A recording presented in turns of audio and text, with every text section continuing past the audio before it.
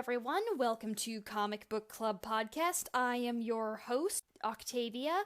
They, them pronouns, please. This is my co-host, the Weasel. Here I am. Once again. Yes, you are. All right, and in this episode, we will be doing John Constantine HellBlazer, Rake at the Gates of Hell.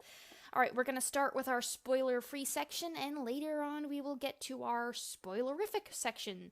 So for now, we're just going to do a basic explanation of what the comic is, how we got into it, our overall opinion, and then we're going to get into more detailed analysis and stuff. Alright, so here's a quick summary of the comic. HellBlazer, or the John Constantine franchise. They kind of swap between the names they publish under, but it's the same franchise. HellBlazer, or John Constantine, is an episodic series about a British guy named John Constantine, big surprise, who is basically an exorcist and a practitioner of magic who keeps the world safe from demons and other creatures like them.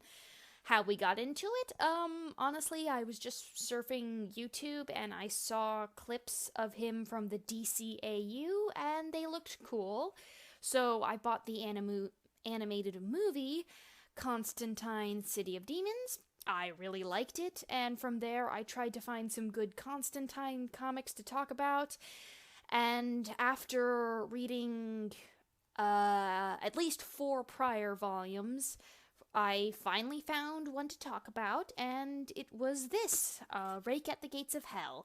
This was the first one I found that really suited our needs for the podcast. And honestly, I know this isn't scripted, but I did want to briefly talk about it. Part of the reason it's kind of hard to find comics that are difficult to, part of the difficulty of finding comics to talk about for this podcast is, number one, we want to talk about comics that we like for obvious reasons. I mean, we don't really want to spend we don't want to spend like an entire hour ranting about something that's bad. Number two, it's better to talk about comics that we like. That way we can get other people into the genre and we can explain why we like it. It's just more fun. But the third reason it's hard is that sometimes we run into comics where we like them, but there's not really much to talk about. I didn't tell the Weasel about this, but I found a graphic novel called Lighter Than My Shadow, and I really, really liked it, but I didn't really have anything to say about it other than the fact that I really, really liked it. So, I mean, if you have access to the graphic novel Lighter Than My Shadow, go ahead and read it. It's good. It's, actually, we're not going to talk about that, because we're talking about HellBlazer, but that is kind of part of the reason why it took me so long to actually find a Constantine comic that I wanted to talk about for this podcast, because there were a couple of things I found that were really good, but didn't really have a lot of conversational material. I remember specifically I read Dangerous Habits, and I really loved that, but I didn't really have much to say about it other than really liked it, go read. So, yeah, that's how we got into it. And, let me scroll down. Oh, well, hold on. Can I say how I got into it? Oh, yeah, sure. Keanu Reeves. Okay, continue. Okay, for those of you who don't know, Keanu Reeves did the live-action film Constantine. Now, here's the thing, the Weasel really likes it. This was his first introduction to the Constantine franchise. Well, I mean, however, I don't like the movie necessarily. I think I'll get into it more as this goes on, but Keanu Reeves, and found out that this was attached to it, and I'm like, all right, I'm down. Okay. Well, I will say, I also watched that movie, and it was okay. It wasn't very good. It wasn't very bad. I don't really have anything to say. Honestly, it's one of those movies where, like, if it was on TV, I would probably sit down and watch it. But Like, if I saw it in the movie theater, I would not go out and buy it on DVD. I bought it off of YouTube because that was the only way I really knew how to get access to it, and I was curious. I will also say, almost everybody I've taught, or I almost all of the fans of Constantine comics that I have seen or talked to or whatever absolutely hate the movie. This is mostly because it's very, very different from the comics. So, I mean, they basically hate the Constantine movie because it wasn't Constantine. They didn't feel like it was really true to the character or the source material or anything like that. I mean, even his... Oops, I've knocked my headphones. Even the very design of the character, both visually and sort of... The word is escaping me, but like sort of like what he is different. I will say, as a movie by itself, again, it's okay. It's not particularly bad, it's not particularly good, but it is not true to the comics, and if you are a fan of the Constantine comics, probably just give it a pass over. But gonna mention that now. Okay, so here's a quick summary of the comic. It has a few storylines. The first storyline is that the devil, yes, the literal devil, is trying to kill John Constantine. But he can't because he isn't the only one who has... Oh, pardon me, I burped. He isn't the only one who has a rightful claim to his soul. The second storyline is essentially how racial tensions have reached a boiling point in London, and the city London is on the verge of a riot. The final one is John trying to help an ex-girlfriend who is now addicted to crack, as well as he's trying to survive the other two stories, because he's basically living through all of these things. He's trying to navigate the, racial tension, the devil trying to kill him, and he's trying to help out his ex. So, So that's basically the gist of the story. And I'm gonna mention now, if you're gonna read this, you might want to read a previous comic called Dangerous Habits by Garth Ennis. Garth Ennis. Okay, that's how you pronounce it. By Garth Ennis.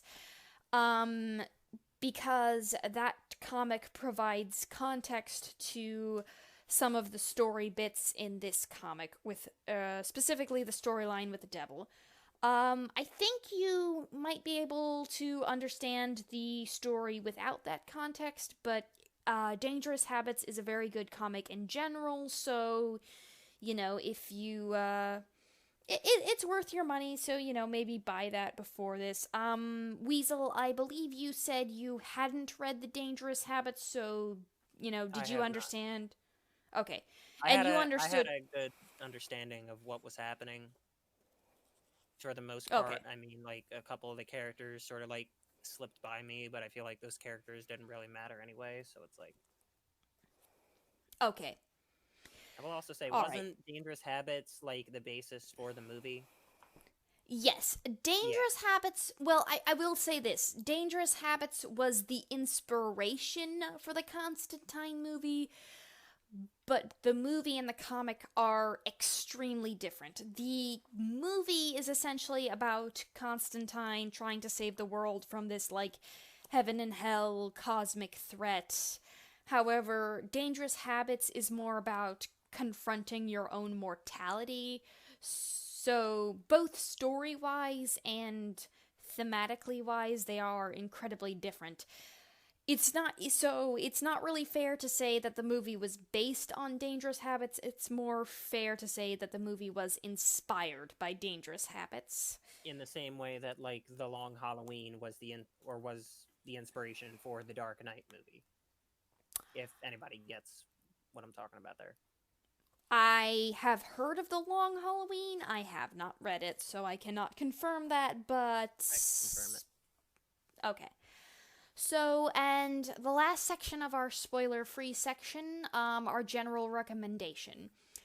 personally, I loved this story. I really, really liked it. It was very dark and it was very graphic, but it was also, I found it also very, I guess for lack of a better term, human.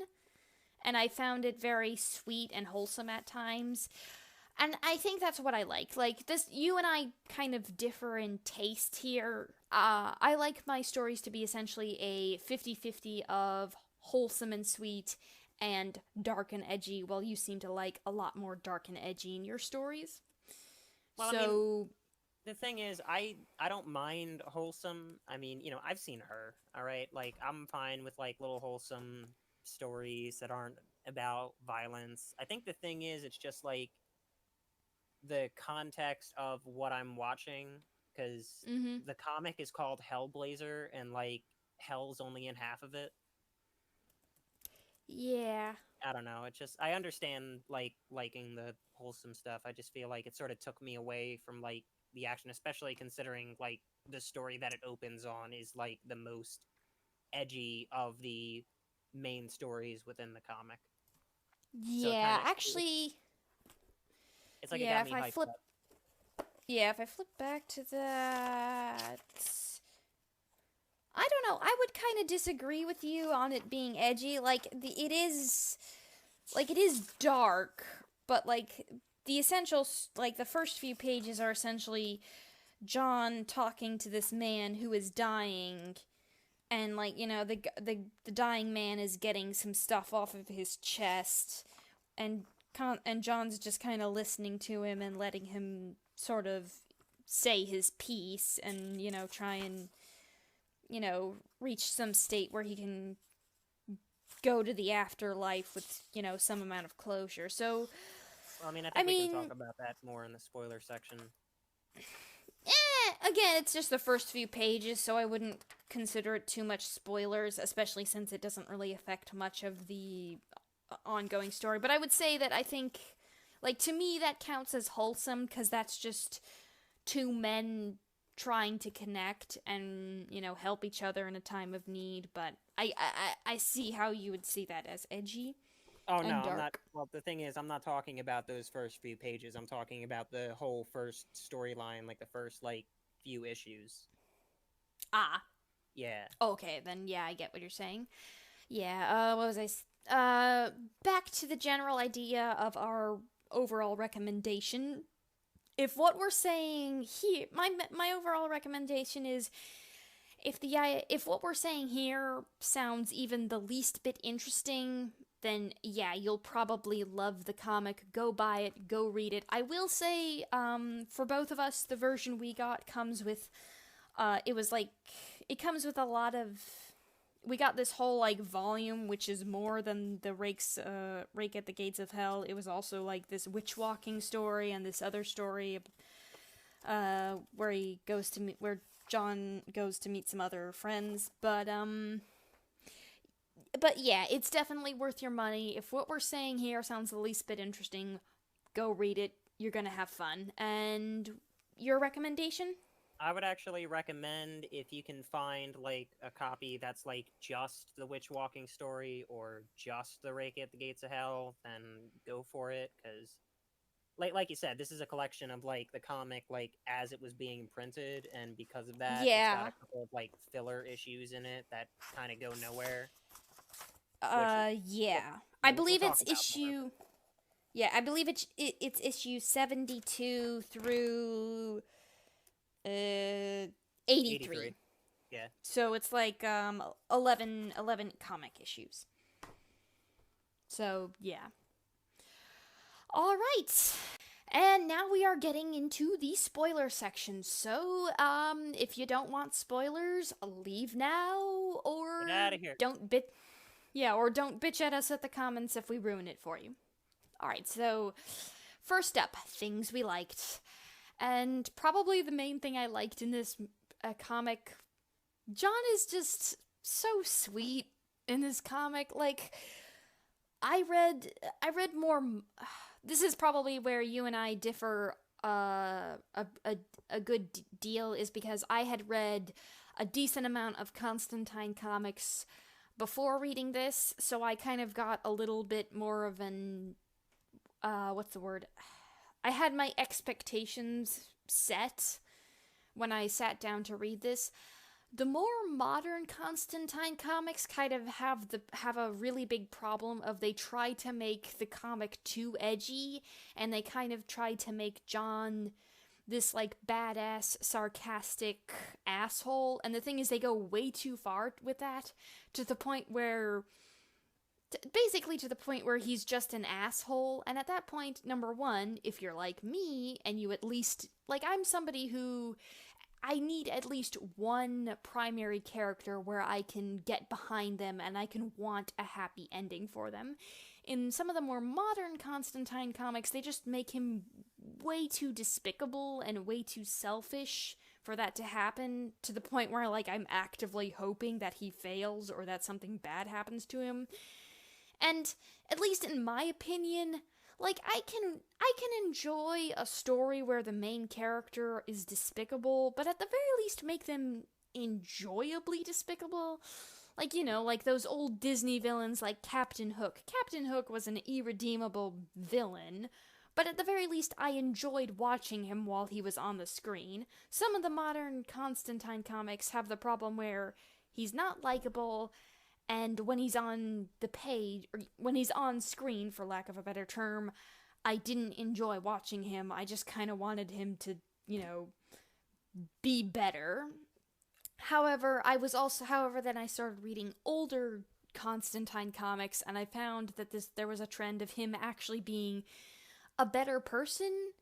And the other thing is, you know, in some of the modern ones where he's just an asshole, well, then he's just an asshole, and he's a much more flatter, less interesting character. But in some of the earlier Constantine comics where, yeah, he's an asshole and despicable some of the time, but some of the time he's, you know, really sweet and you just love him and you just kind of want to give him a hug, that makes him so much more interesting.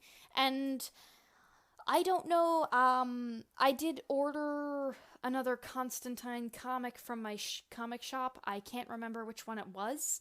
I think it was Original Sin, but I'm not sure.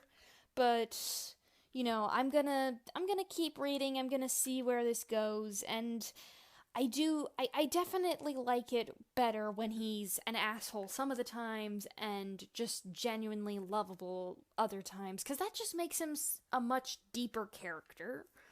So, yeah, that's basically the main thing I liked. He's really sweet and really wholesome in this comic, and I just love it. I will always choose sweet and wholesome over edgelord asshole. It's just, even if it, because here's the thing, for me at least, even if the characters are equally flat or equally deep, the character who is, you know, more compassionate will always be the character that I like the more, more. All right. All right, your turn. So, yeah. I like the fact that John Constantine is a sarcastic prick. And I mean, the thing about the whole edgelord type of asshole has to get one over on everybody and treat everybody else like crap is that you look at the guy and you know that there is like a heart of gold core to him. That's the thing about like this trope in general, the whole like sarcastic guy who's like always putting other people down, is because deep down, as with any narcissist, they criticize themselves the most. It's the fact that, you know, you're talking about like wholesome and the fact that he's like a likable guy, and that is at his core who he is. Like there's one part in the Rake at the Gates of Hell story where he's like with his woman or whatever, and he's like, or he's with this girl, I mean to say, and he talks about like the fact that he has feelings for her, and that, you know, he wishes that he would like reach out to this, but he puts up this facade of like, yeah, you know, I'm stone cold, I don't care about anything, and he keeps that facade as a personality trait. And maybe it might just be that I can relate to it more because that's kind of how I am, to like not to that much of a degree, but I'm pretty sarcastic, especially when I'm like, hanging out with Oh like yeah. some of my friends. It's this level of like building up Or a like how wall. you were in high school. Yeah, especially in high school. It's Yeah, like I the mean, level of I don't mean sorry, to go ahead. dredge up old, I don't mean to dredge up old grudges or anything, but you could be pretty insufferable in high school. Like, I was still your friend, I love you, I forgive you for it, but there were moments where I just kind of wanted to slap you across the face in high school. Exactly. Yeah, and Exactly. again, I love you, I forgive you for it, but since it's relevant to the conversation, I will say that there were times where I thought to myself, why am I friends with you? You're kind of a jackass. Thankfully, I mean, again, I, it's in the past. I don't care now, but you're, yeah. I do see why you kind of relate to this character. And that, I will say, I don't think, because, like, that's kind of what I'm saying, is that I like, John Constantine is someone who is an asshole, not for selfish reasons. He's an asshole because he legitimately believes that, um, if people get close to him, they will meet some sort of terrible fate, so he acts like an asshole to purposely push people away for what he believes to be their own good. And Exactly. that's the thing is that's I like that. That makes him an interesting character.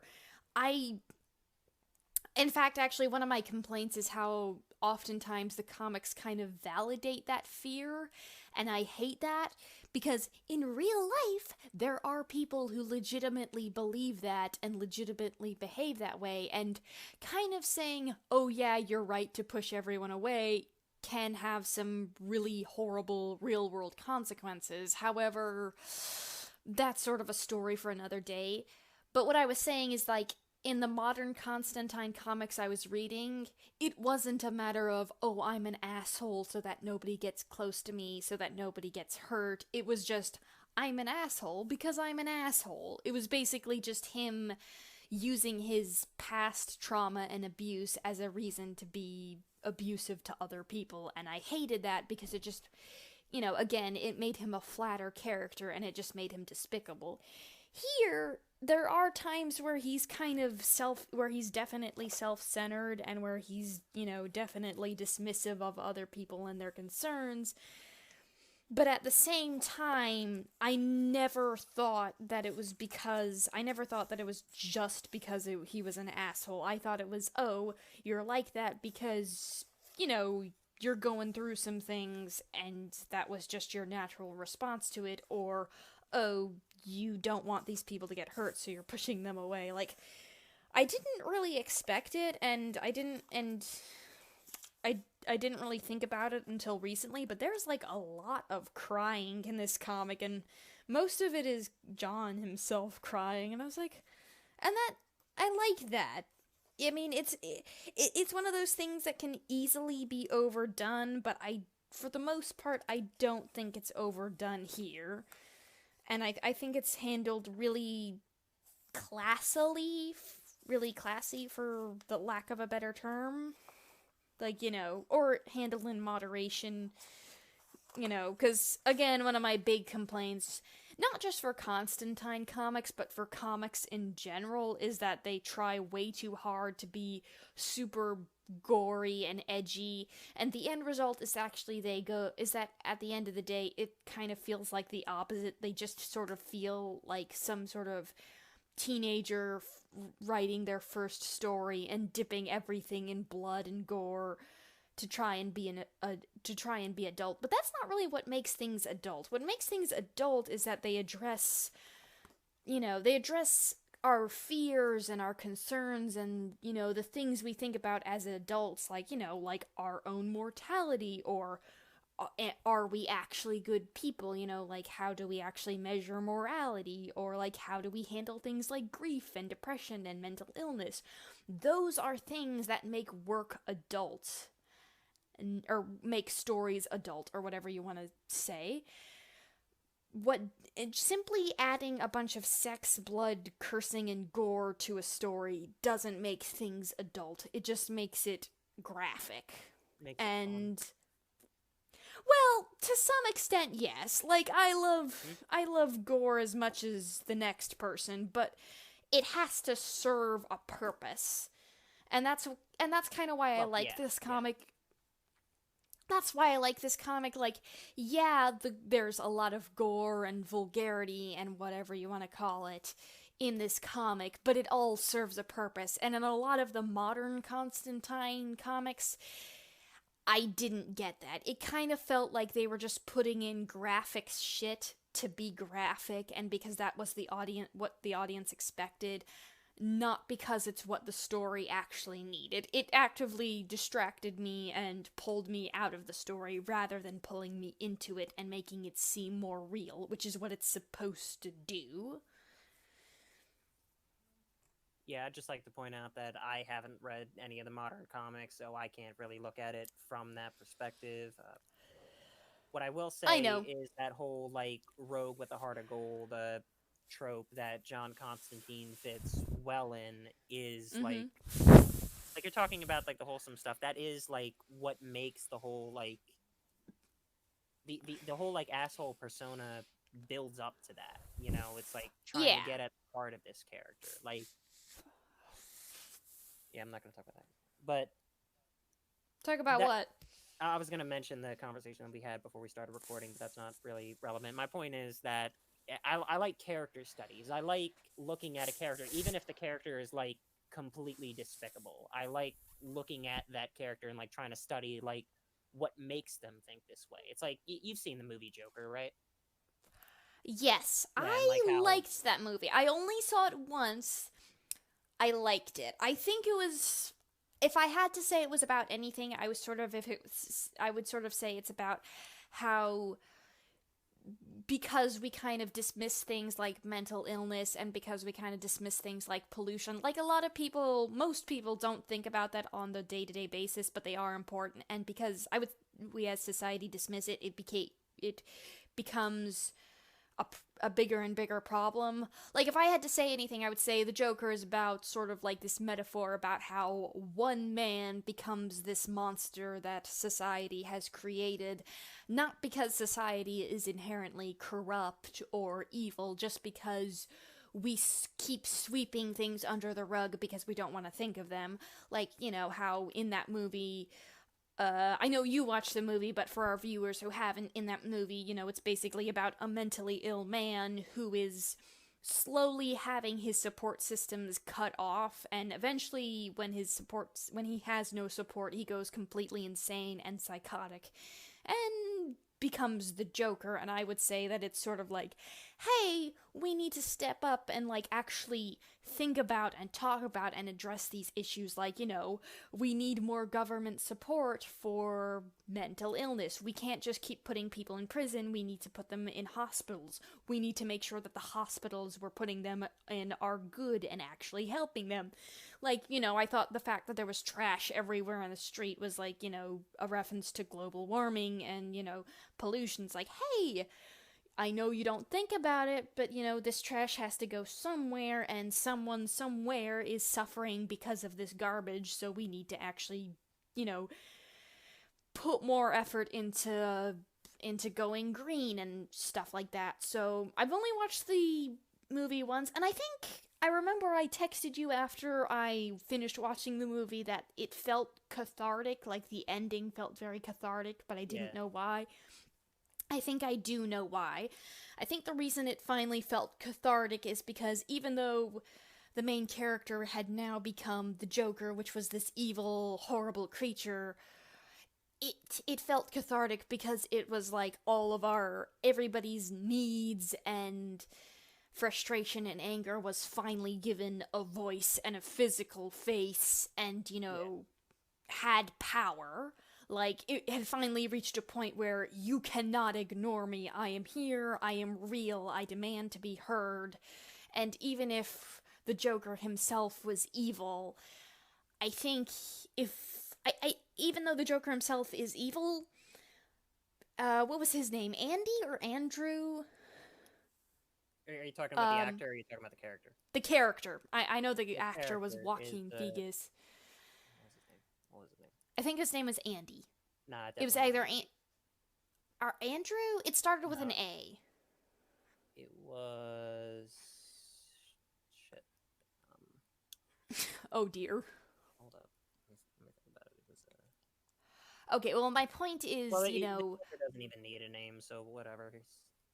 yeah, my point is that the reason it felt cathartic was that because even though evil had risen, the problems that we've all been sitting on and that we've all been forced to keep silent about were finally being allowed to be set free and to be heard. People were finally hearing what we had wanted them to hearing and sort of like, and it also kind of felt cathartic and sort of this eat the rich sort of mentality where it's like with like they did a good job of making I think his name was Thomas Wayne, Batman's father or Yeah. whatever, kind of a despicable person, even though everybody sees him as good. And so in the end, like when he gets killed, it actually feels kind of satisfying. Which, yeah. I think we've gone a little off topic. Oh yeah, we've gone way off topic. My point in bringing up the Joker was that it's a character study. I like characters that like you say that you relate to this character and how he got his revenge on society or whatever.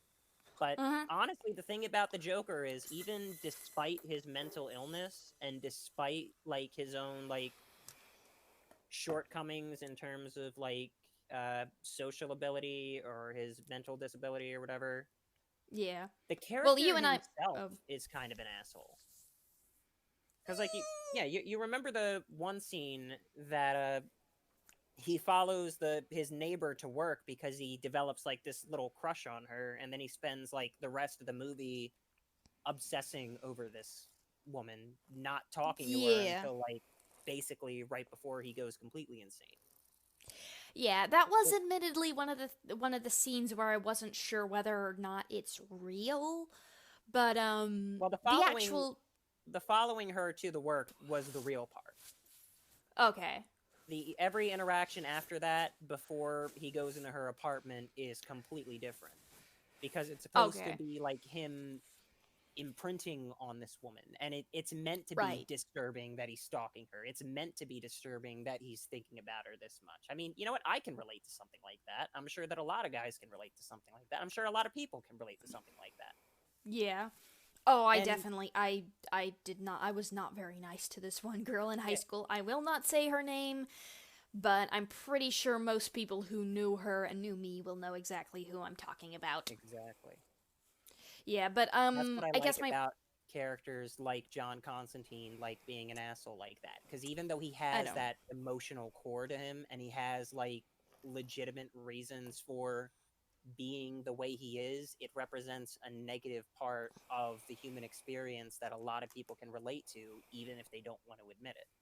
Like you talk Yeah, I about how don't. I was like a jerk in high school. I was a Mhm. jerk in high school because I was going through puberty. It was because I had all these like thoughts going through my head Mhm. and all this Right. like testosterone, all this like negative energy, just like Right. negative energy in general. And I had Yeah. no outlet of expressing that. And I think about that all the time, honestly, like the fact that I've changed so much since then. And I mean, you know what? I'm still an asshole. I'll admit that. I'll openly admit that. But I I have don't. like a better way of expressing that now. Yeah. And I I'll say this. Well, first of all, I don't think you're an asshole now, or at least from the way you interact with me. well, not as much Second as of I was all, then. Yeah. okay. Second of all, I probably should have admitted this earlier, but I'll admit it now. I was also definitely a horrible person in middle school and high school.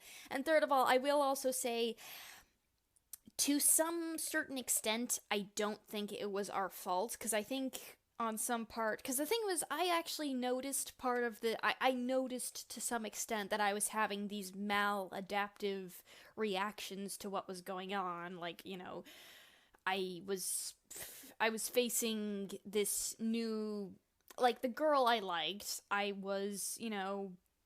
that was the first time I ever liked a girl, and I had no idea how to react to it. And I did go to like the guidance counselor and other people and ask, how the hell do I handle these emotions?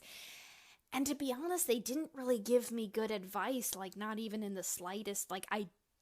So on one hand, it is kind of this gray area of, like, how much of it is our responsibility and how much of it is the people who failed us when their literal job was to help us. And I don't know.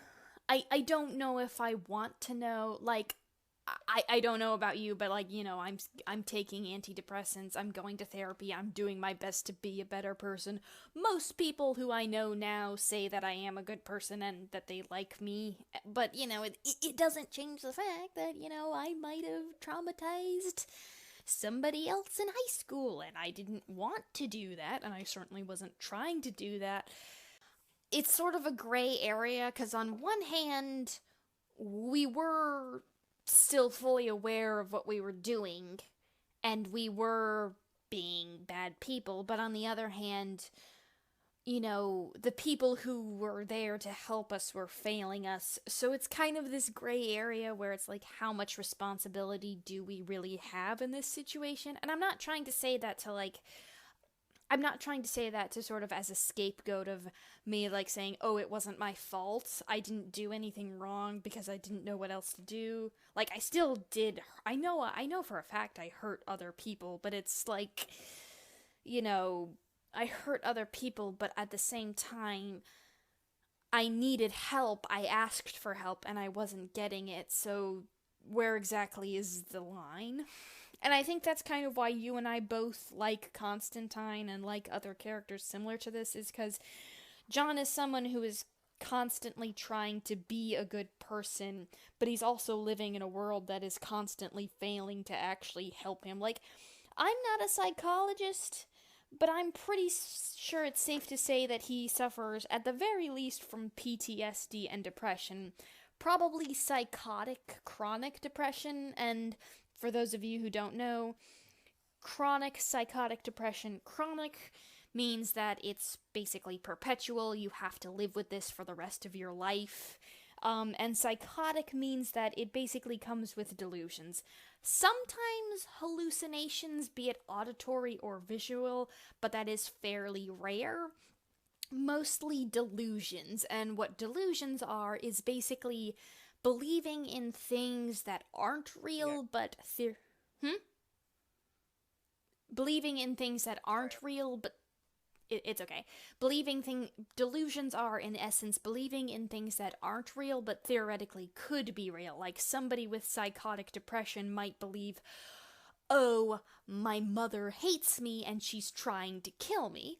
Like, yes, that is potentially true. Your mother could hate you and she could be trying to kill you, but that is almost certainly not the case. Like, it's, that's kind of what a delusion is. It's something that, isn't, it's not a hallucination, because a hallucination is physically seeing or hearing something that isn't there. Like, oh, I'm seeing a man standing in the corner of my room, or, oh, I'm hearing voices telling me to walk straight into the street without looking both ways or whatever. While a delusion is simply, like thinking to yourself, I feel anxious, I feel upset. Why am I anxious and upset? Someone's out to get me. And it's like, yeah, I mean, it's not entirely impossible that someone's out to get you, but the chances of it actually being true are very, very slim. So yeah, and one of the things that kind of bothers me is that, like, in all the comics I've read and even the TV show I've watched, they do have like images of him going to like Raven Scar and getting treatment, but it's like that's the only time he's ever seen actually, getting treatment by somebody. And I've never seen a detailed canon depiction of him at a mental hospital. I've only seen like him having flashbacks of when he was there, and honestly, I don't know what to think about it. I don't know how much of it is simply I don't know how much of it is people not knowing what a mental hospital looks like or what it's, what goes on there.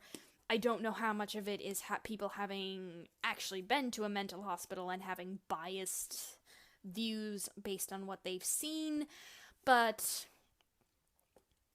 it bothers me that it seems completely incomplete and dismissive. It's like they only bring up his hospitalization to sort of drive home the fact that he's upset, that he's miserable, that he's, a broken man or whatever you want to say.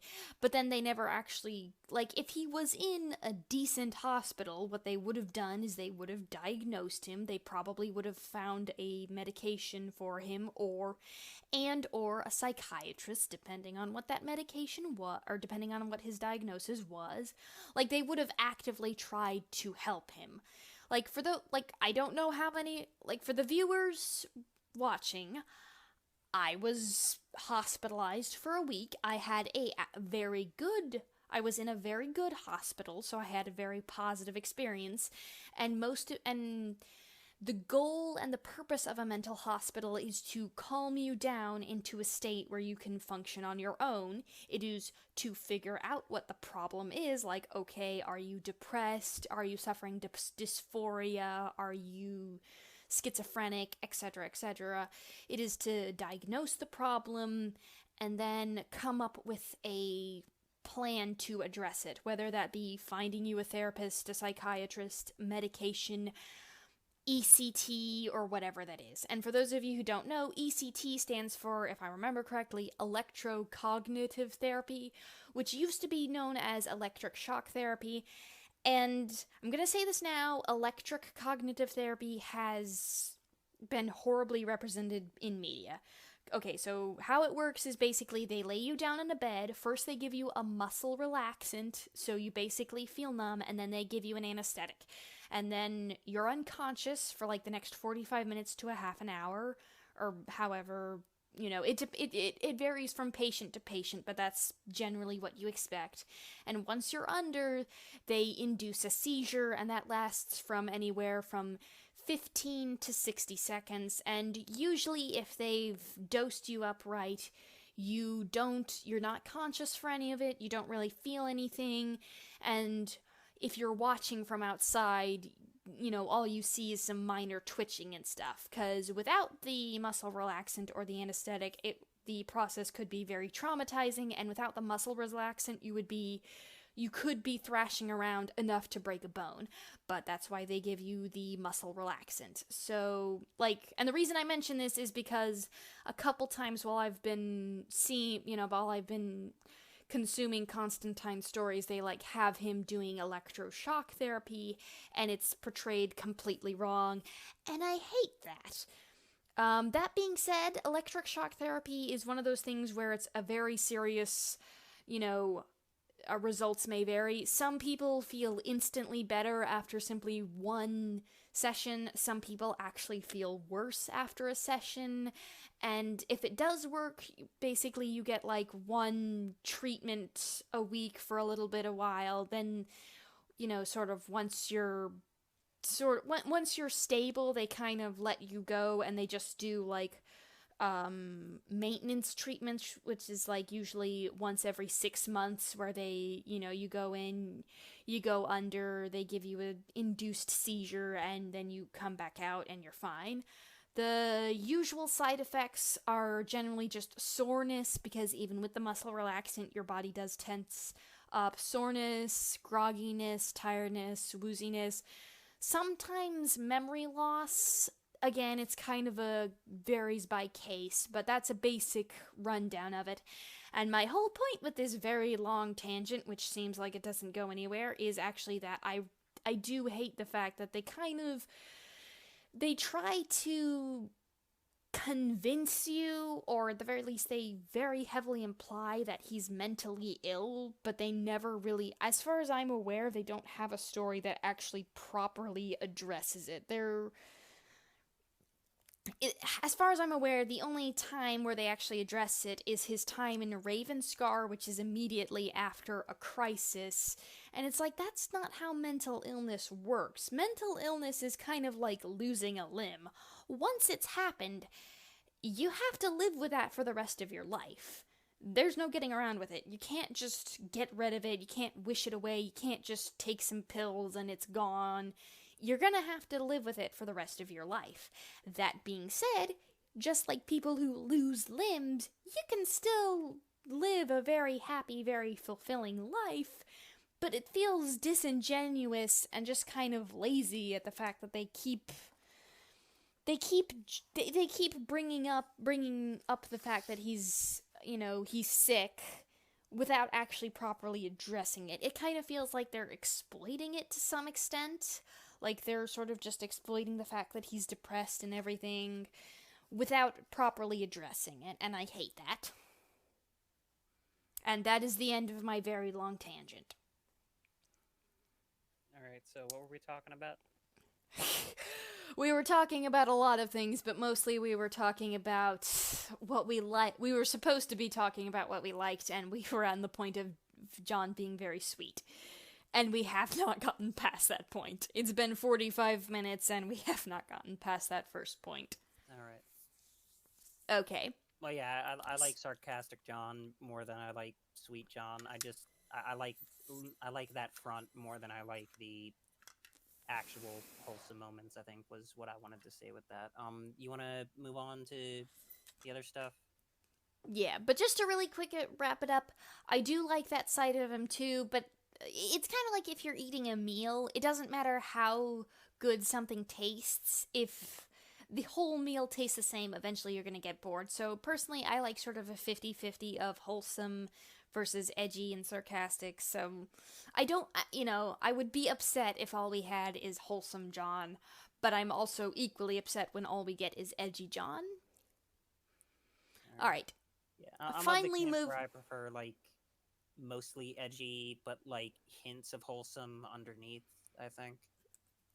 I don't Right. know. Again, it's just a matter of taste. Yeah.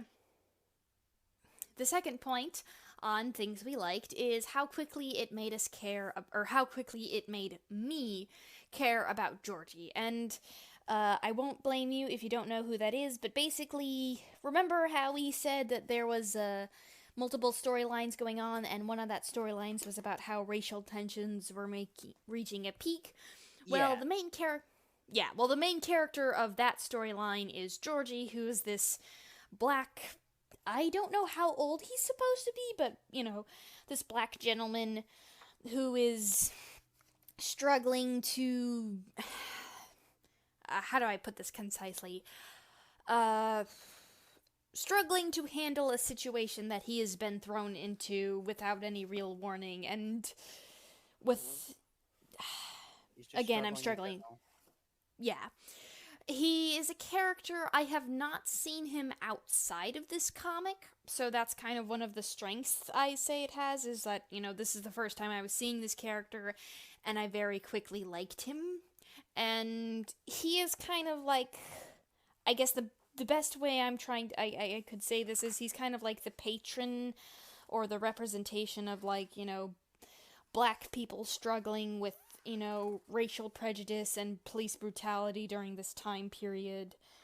And yeah, I mean, I'm a white, non-binary, assigned female at birth person, and even I liked him, and I felt like I could. I mean, I've never experienced what he's experiencing, but I empathized with him, and I understood what he was going through, in the sense of I understood his frustration and everything like that, if that makes sense. I hope I'm saying this correctly. I am oftentimes bad with words, but I hope I am getting my point across without seeming entitled or insensitive or whatever word you're gonna use. Yeah, I mean, like, again, I also come from like a straight white middle class background, so it's not necessarily, I can't like relate completely to his situation, but I can like empathize with the situation that the character's in. Mm-hmm. And I think that honestly that's pointless, because like Garth Ennis also is a straight white guy, so I don't know, like, what kind of authority he has writing a story like that, but it's told in a very respectful manner. It's not like preachy to either side of the fence, and it doesn't really like it goes as far into what it needs to say as it needs to, and it doesn't overstep its boundaries. You empathize with the character, you understand the situation that it's trying to make a commentary on, and honestly, that commentary is still relevant today in America as it was in London whenever this was written. Yeah, But yeah, I wanna say the 80s. it's the I'm gonna 90s, I believe, because they mention Cobain in it, or Miss Cobain. I'm gonna say like 95-ish, 95, 96. hold on.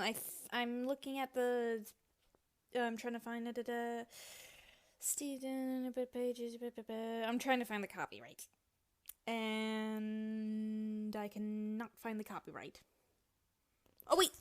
Oh no, that's 2004. Oh wait, hold on.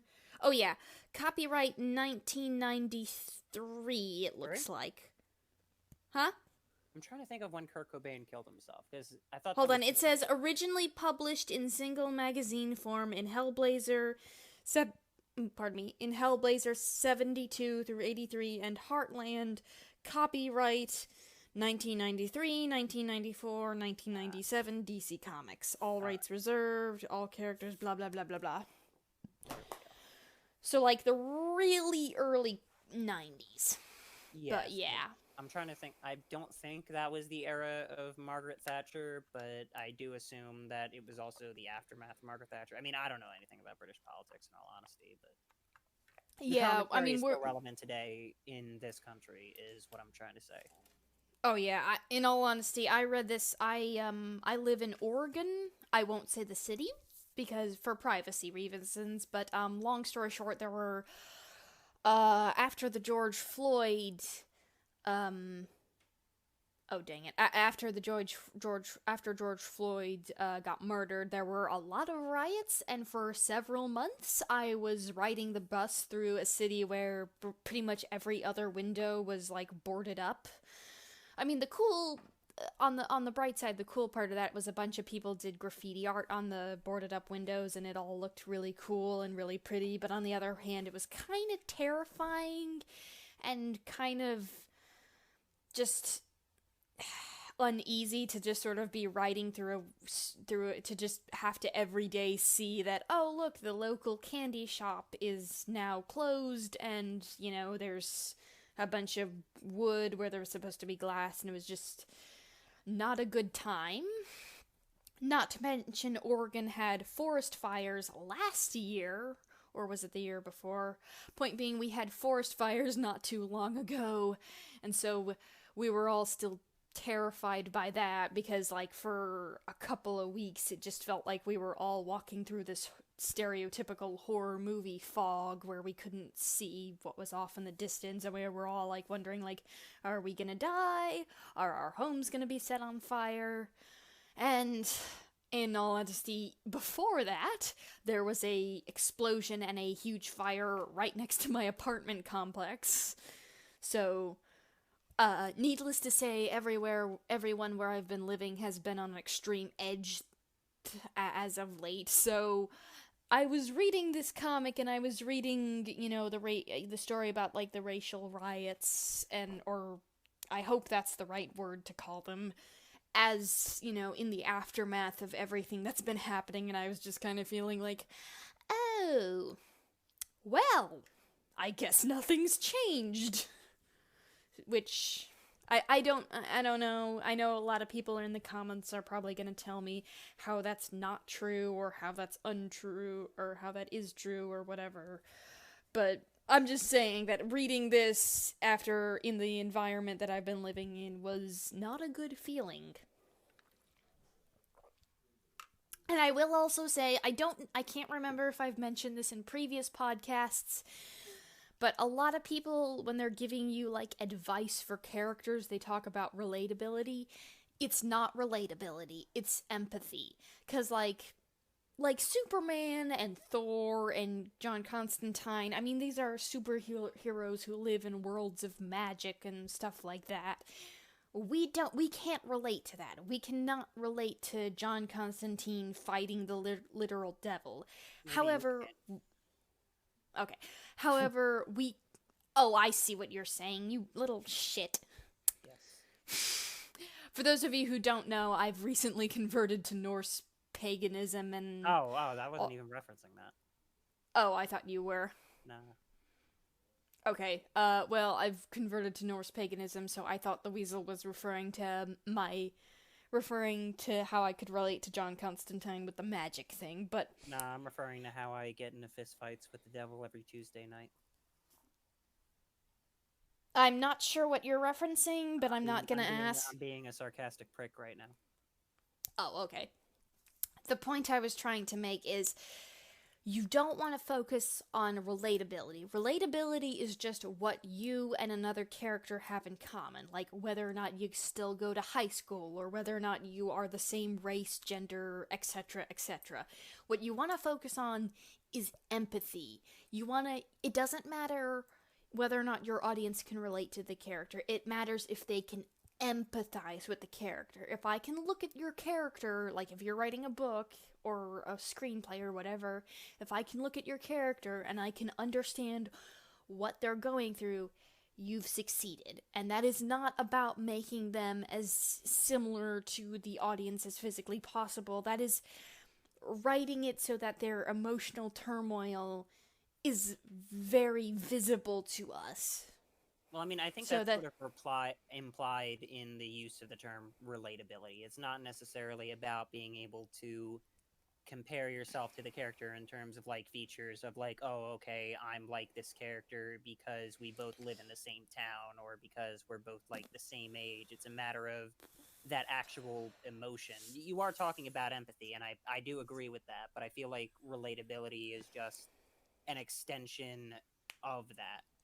Because there's a lot of movies that I watch and a lot of like books I read that like I don't relate to the main character in terms of like being the same gender or like being the same, even the same type of person, but I can relate to the struggle of what they're going through. I can relate to their mindset of how they handle a situation like that. right. I'm just Yeah. reinforcing what you're saying basically, but I mean, I think Yeah. relatability is implied. What I wanted to get into with the whole Georgie thing and how it's a straight white guy writing for like a story about black people is one of the things they teach you in like screenwriting 101 is write what you know. Oh, I And hate that phrase. yeah, but here's the thing, because it works to an extent here. You don't necessarily have to write exactly your experiences because that would just be the most boring thing ever. But Mm-hmm. there is a level where you have to back off, and I think we're going to talk more about this with the witch walking thing, but if there's a line that you can cross where it goes from writing about this story from the perspective of an outsider looking at it and writing it from the perspective of I know this situation. And if you don't Right. know that situation, your writing can come across as pretentious and not knowing what Patronizing? you're talking. Patronizing, yes, that's the word I'm looking for. Yeah. And And what I that's like about the Georgie thing is that it doesn't cross that line. yeah. Yeah, I like that too. Like it never felt like there are a lot I went to at least one protest for like the Black Lives Matter movement, and I remember they like one of the speeches told us to read this very specific article, and I can't remember what the article was, but I remember reading it and I remember feeling very disappointed because I walked away from it feeling like I hadn't learned anything. And this is the part where this is the part where I'm going to talk, and no matter what I say it's going to sound like I'm talking down to people or like I'm overestimating my own abilities, but I swear I'm not.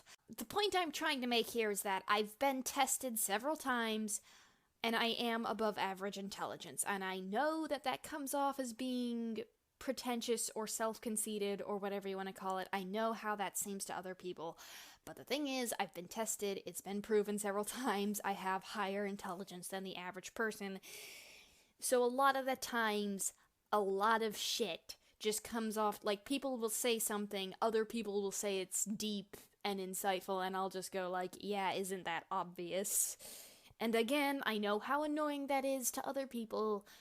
I know how it sounds like I'm being very condescending, but that's just the way my brain is. Point being is that this story did not feel patronizing or condescending, and I think the main reason for that is because when the story about the racial tension ends, it doesn't really end. It's sort of just the riot ends, like they have a riot and it ends, but like the actual problem of racism and oppression in London or just in the world in general, it's not solved.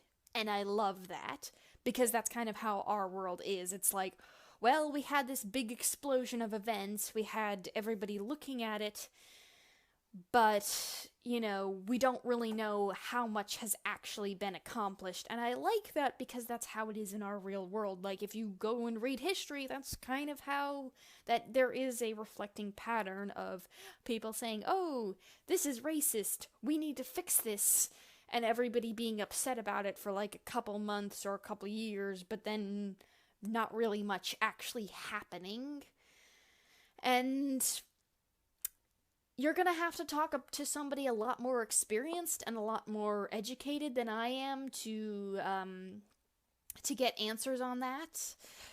But because I am a high school graduate, I have not been to college. I've done a lot of independent research into other topics. Racial politics is not one of them, so I'm not an expert. But that is one of the things I like. I like the inconclusiveness of this story. Any other thoughts to add? Not really. I think I've said everything I wanted to say. All right. Blah, blah, blah. The next point we have is, for things we like, is how aware the comic is of itself. And did you write this? I did not write that. Did you write that? I thought must you have wrote written it. Okay, I must have written this. In Oh terms dear. of, like, self-awareness, are you talking about, like, how it's... I would say that it's aware of itself in this... knows when it's being edgy, and it knows when it's being, like, controversial, and it uses that. It gets to the point sometimes, especially in, like, the witch walking story, where it's, like, to the point of almost self-parody, honestly. Right. Where it's like, haha, like, this is happening now. It's like, are we in the spoiler section? We're in the spoiler section, right? Yeah, we've Yeah, been we're- in the spoiler section for at least like 15-20 minutes. All right. The fact that they're talking about how the Statue of Liberty is, like, being, I guess, trigger warning, this talks about, like, sexual content, but is, like, being, like, raped or whatever, and then, like, you got John F. Kennedy, and he's got his, like, head blown off, and he's, like, trying to hold in the wound, and then you got, like, the one soldier with his eyes cut out. It's, like, it just gets so absurd to the point where I feel like the comic is making fun of itself when trying to send this message. Like, I'll be Right. honest here, this is British. I'm not gonna take any political advice from a tea drinker, but what I like is that it can go to those extremes. And that also gets into the next point why I like the witch walking story, is because it's, like, it's edgy, and it's not so edgy to the point where, like, it's pretentiously edgy. It's edgy, but it's, like, self-aware. And that, I think, is something that I like about the story. And Right. why I think the witch walking story is... I actually like it better than the other one, honestly. Just for that Yeah. reason. I don't know. I did not like the witch walking story because I had no idea what point it was trying to make. I will also remind you that that's not the main focus of, we are mostly focusing on the Rake at the Gates of Hell. We can still talk about the witch walking story since it, it came with both of our, both of the volumes we got, and assumably it will come with both of the volumes that our audience gets. I think now that I've had a little refresher on it, I should probably make more detailed notes, but what I essentially meant is it's John Constantine's sarcasm and kind of like witty. What's the word? Yeah, I guess his sarcasm and his wit actually being used properly. Like, it's not just him being condescending to other people or, like, you know, him being a jackass to other people. It's kind of him also subtly acknowledging, like, oh, yep, I guess this is what we're doing now. Like, you know, like he's sort of making fun of the story itself in sort of a way that it feels like the authors are, like, kind of saying to us, look, we know and you know that this is utter bullshit, but we're gonna have fun with it anyway, and we're just gonna quickly acknowledge that it's bullshit and get on to the fun part. Dang it, I'm out of water. I wish it did that more often. Yeah. I kind of do like it.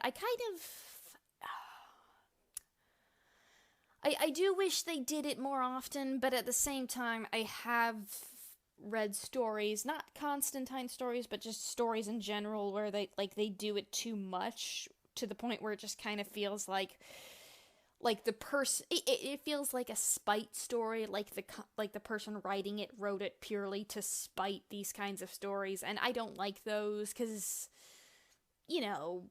Well, I mean, sorry. Go ahead.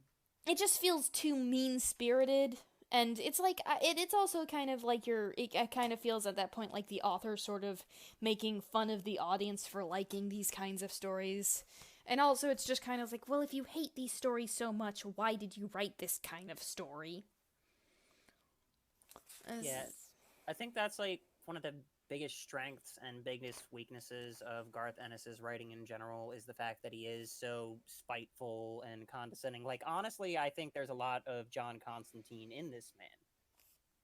Especially in, like, because there's another series that is based on a comic book that he also wrote called The Boys, which we're probably going to get into earlier. But that also is a story that's very spiteful and critical of the genre that it's talking about. And it's extremely, like, edgy to the point where it's like you're not even doing it to make commentary, you're just doing it to shock people. And a lot of people hate that about his writing. It's one of those things where, like, you either love how crazy it gets or you hate the fact that it's crazy. Like, personally, I'm one of the people that, like, I enjoy crazy. I've seen Trauma films. I love crazy. And that's why I think the Witch Walking story is my favorite out of the two main stories within this comic.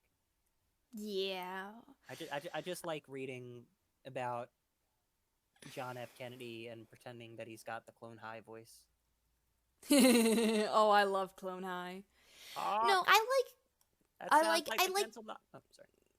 No, you finish your thing. That sounds like the gentle knock of a vulnerable teenage girl. Yeah. Nothing bad ever happens to the Kennedys. I just want to tell you that I am open to anything. I can't remember. Dang it, I can't remember the other line. All night long. I accentuate the up and the long for what I feel like are obvious reasons. I have a delicate flower for you. I see in America, unafraid of beauty and grace, but you beasts aren't helping. Yeah.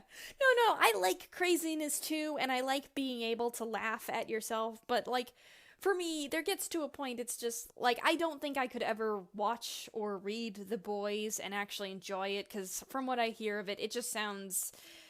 It sounds like a spite story. And here's the thing, like, I wrote a fan comic for Good Omens. I think I mentioned this in, like, one of the earlier podcasts, but I wrote a fan comic for Good Omens called Getting Distracted, and I wrote that mostly out of spite. Like, I wrote that because it's like, well, you didn't give me what I wanted in the original story, so I'm gonna write the story I want, and I'm gonna do it better than you. Ha ha ha.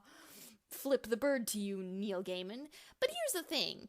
Even though my main motivation for writing that was spite, I would like to think, or at least I dearly hope, that when you read that, that does not come across. I hope when people read that, they just think, oh, well, this is a nice story. And when they hear that it's written out of spite, they either go, ha ha ha, or, oh, well, I guess that's how life is sometimes. If I read your comic and I start to think that this was just written out of spite, that just feels like you kind of wrote a bad comic. That just feels like you were... Then I just kind of start to think that's kind of the point where I start to question why I bought this, because it's... Curse my inability to speak with words. It's... I don't know. I don't read exactly stories for spite. I hate it when I don't read stories for spite. I read them for entertainment, and spitefulness is not entertaining. There needs to be... If I remove the spite from your story and there's nothing left, I think you just wrote a bad story. You still there? Yeah, I'm still here. Okay. I like spite, but, that's just me. It has its place, but it's kind of like salt. If you're cooking with it, salt is a key ingredient to most dishes, but if you add too much, you ruin the dish. I like salt as well. I'm a very salty man. I know. Hey, look, I love salt and vinegar chips or crisps if you're British, vinegar. but Screw vinegar. I love salt. I know. I'm just saying there is a point, even though salt is necessary to make most dishes good or even just palatable, you can add too much. Anyways, moving on. Yeah, but I like the the next walking story. That was my point. Anyway. Yeah. The next point is, you've written this, the witch walking story was the highlight of the whole novel. Do you want to add to that, or do you feel like you've said everything you wanted to say? Yeah, I think I can add a bit more to that. I like the fact that the first page in the comic has nothing to do with the rest of the comic until, the very end. When it comes back, it helps things to, feel full circle and tells it in a pretty, almost achromatic sense. I like that there were reveals in the story that came afterwards. This is just basic, I think, storytelling stuff, but I think it's just crafted so well. And we can talk about this more when we get to the Rakes of Hell, but I like that it was such a great opener, I think. If you want a good Constantine story, I've only read this in Rakes of Hell, but you want a good Constantine story, that Witchwalker story, I think, is the best introduction to the world of this character, the kind of danger he gets into, and the kind of way he reacts to situations, and how edgy. It's honestly, it's my biggest problem with the novel as a whole, is that it puts its best foot forward, blows its load early, and then the rest of it just kind of falls flat from there. Yeah. That's one of the things that I like about the Witchwalker story, is just it felt like a rush.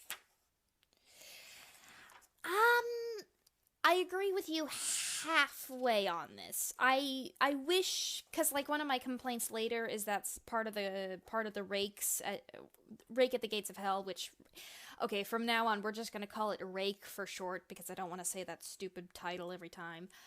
But I halfway agree to you, because while I was reading Rake, one of the things I was kind of hoping for is I want more demons. It's I read this comic primarily because I want to see a grumpy British dude fight demons, and there is a distinct lack of grumpy British dude fighting demons. So, on one hand, I do wish that they took more advantage of the fact that this is a comic, and that, he's... one of the things I really wish is, I wish I could find a episodic sort of Constantine series where he, deals with monsters or just creatures from, different mythologies. Sometimes he's fighting Celtic monsters, sometimes he's fighting Norse monsters, maybe sometimes he's fighting Egyptian or African or Asian, so on and so forth, it does kind of I do wish they got more. I do wish they actually took advantage of like the full creative realm of like the world he lives in, and the Witch Walking series definitely does that.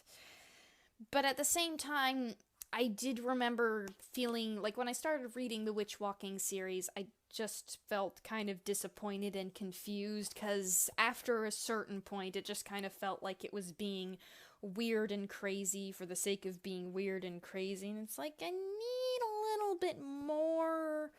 Like, I love weird and crazy, but I need a little bit more substance to it. It felt all butter, no mashed potatoes, if that makes any sense. However, the other thing I didn't like about it is how, if I remember correctly, and I'm flipping through this, all the black characters were kind of villains. Like, if I remember, well, villains or victims. There's Papa Midnight, who is an outright villain, and then there's his sister, who's, like a victim of him, and I was like, I mean, on one hand, in the context of the comic, like, most people, like, 90% of the characters in Constantine stories are either victims or villains, but it still makes me a little uncomfortable, and it's like, I don't know, I think it kind of, again, I'm not a racial politics expert, so somebody more versed with that would have to, decode everything and, write it all out. But it did make me a little uncomfortable while I was reading it. But I didn't notice anything particularly horrendous with the Witch Walking story, but it did leave me wanting because it kind of felt after a certain time that it was just kind of being weird and crazy for the sake of being weird and crazy. Yeah, I mean, I don't necessarily agree with like the whole racial element of that. I don't think it's necessarily a criticism of like. I think it's more of a criticism of like American culture in general. Because if you notice, like some of these characters, some of the African American characters in the Witch Walking story are portrayed. They're not portrayed as like sympathetically as the characters in, say, the Rake story. And I think Yeah. that that's more of a result of. I feel honestly. I feel like the only reason Garth Ennis wrote that story is because he went to New York for like 3 days, hated it there, and decided to spite everybody by writing a novel about it. It's like, oh, mate, I went in New York, right? I went in New York. I was walking down the street, and some wanker tries handing me the mixtape, and I'm like, oh, I don't want your mixtape, boy. And then they're honking their horns at me, and just Americans. I don't like me no Americans. Takes a sip of tea. I'm gonna write a story about it.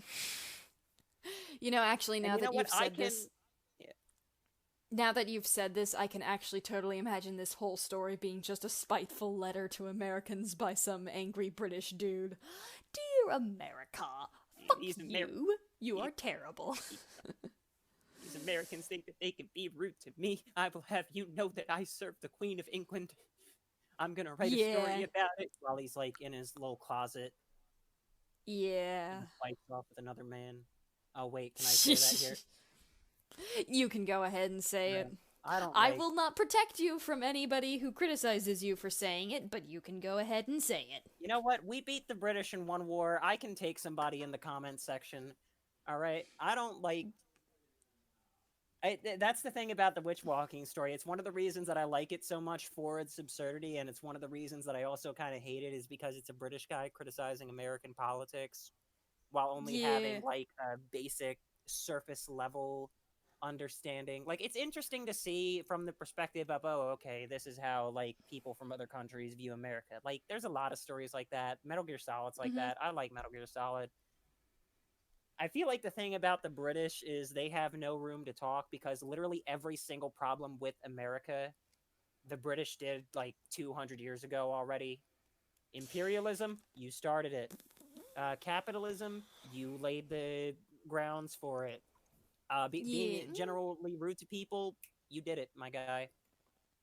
Yeah. I don't know. It's not necessarily a hate. I don't hate Garth Ennis. Garth Ennis is a good writer. I just feel like there's this inner patriot Mel Gibson in me, waving the flag, wanting to tar and feather this man. That Yeah. being said, the Witchwalker is still the best part of this novel, and I love it so much. Yeah. I actually think I like this story now better that you kind of pointed out that it could just be a spite story written by some grouchy Brit. Exactly. That for some reason makes me want to giggle while reading it. That's what I Alright. loved about it. That's why I had trouble taking it seriously, and I think the fact that I couldn't take it seriously helped me relate to it more. Oh.